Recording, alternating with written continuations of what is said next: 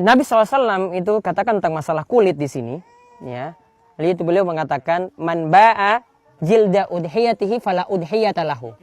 Yaitu barang siapa yang menjual ya kulit hasil kurban. Ini kulit ini ya. Ini kulit.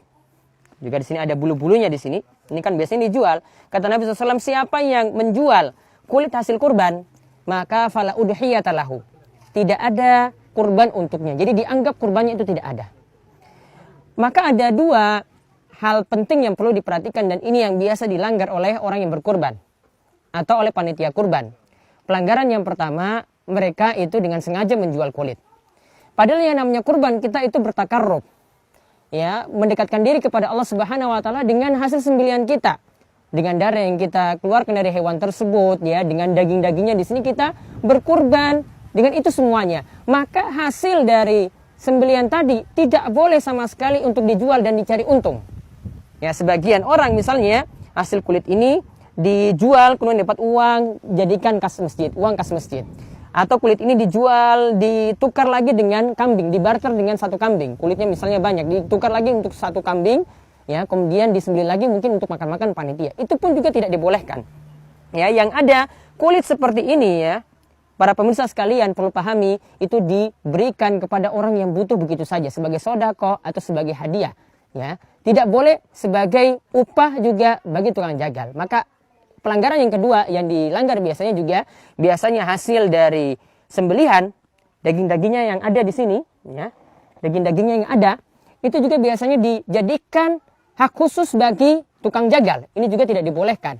Jadi mereka cuma mendapatkan upah saja, sebagaimana yang dikatakan oleh Ali bin Abi Thalib, upah dari uang saku sohibul kurban.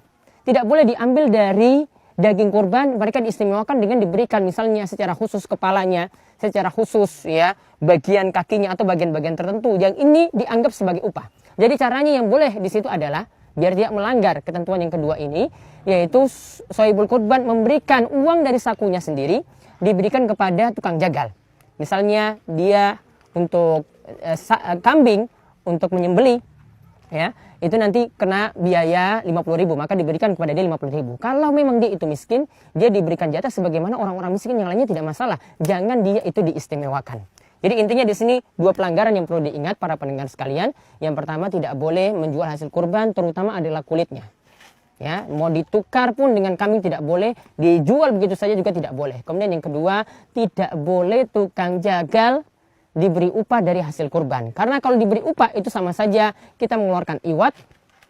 Ya, hasil kurbannya tadi itu kita jual, kemudian uangnya kita beri kepada dia. Ya, ini suatu pelanggaran dalam masalah kurban. Maka lakukanlah kurban untuk mengharap wajah Allah Subhanahu wa taala. Lakukanlah kurban sesuai dengan tuntunan. Jadi jangan kita buat amalan-amalan yang ini nanti membuat kurban kita itu jadi sia-sia. Maka ikutilah tuntunan Nabi.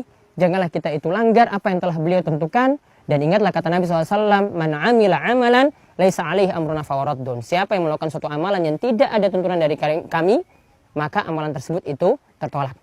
Maka ini yang harus kita perhatikan dalam masalah pemanfaatan hewan kurban, dari kulit, dari dagingnya, macam-macam, ya. Intinya kita murni melakukannya karena ibadah. Jadi itulah tuntunan yang mesti kita ikuti. Ya, demikian, wabillahi taufiq wal hidayah. Wassalamualaikum warahmatullahi wabarakatuh.